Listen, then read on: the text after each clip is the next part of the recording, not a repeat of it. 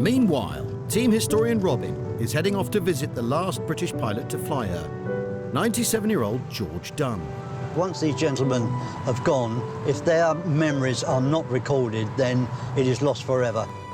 Before he flew Spitfires, George was a bomber pilot. Now, George, who are these guys? That was my crew. Your crew? They're all dead now, apart from... Are they really? Yeah. You had a good crew there, you really did. So. Yeah. Of the dozens of operations that George flew, one of the most important and dangerous came on the 17th of August 1943. We were told that it was a secret research station, radar connected, and was a very important target from the country's point of view. The target was a military research facility where V-1 flying bombs and V-2 rockets were being developed, deep inside Germany on the Baltic coast at Peenemünde. The V-2 fell without warning. It had a speed of 3,300 miles per hour, and it could not be intercepted by fighter aircraft or brought down by anti-aircraft artillery. We were told in the briefing that if we didn't do the job that night, we'd go back the following night and the night after and the night after until it was. George's Halifax was one of 596 bombers that took part that night. He was fortunate to be one of the first to fly, with the element of surprise.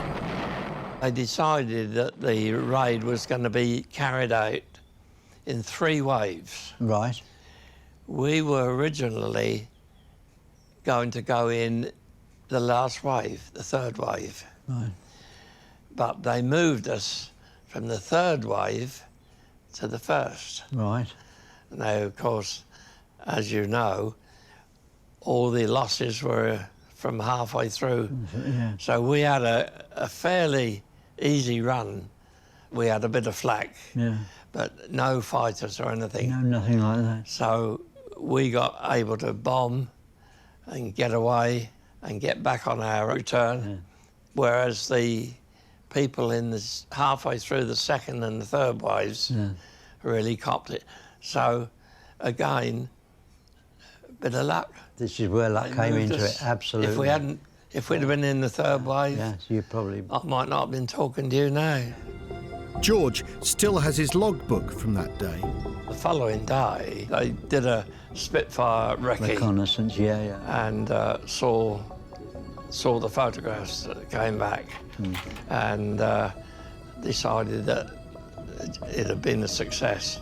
It's thought the bombing raids put back the V-2 rocket program by a vital 2 months.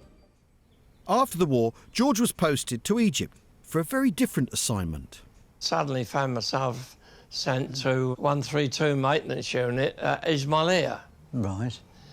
And reported to the flight office there, chap. I said, I've finished up here, I don't know what I'm doing here. I said, what do you do?